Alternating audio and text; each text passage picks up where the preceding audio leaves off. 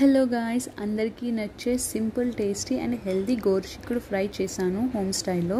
క్విక్గా అయిపోతుంది, రైస్తో సూపర్ కాంబో. ఎలా చేశానో చూసేయండి, అలానే సబ్స్క్రైబ్ కూడా చేసేయండి. ముందుగా ప్రాసెస్లోకి వెళ్తే ఒక ప్యాన్ తీసుకుని ఆయిల్ వేసి అందులో అల్లం, శనగపప్పు, మినపప్పు, ఆవాలు, జీలకర్ర వేసి ఫ్రై చేసుకోవాలి.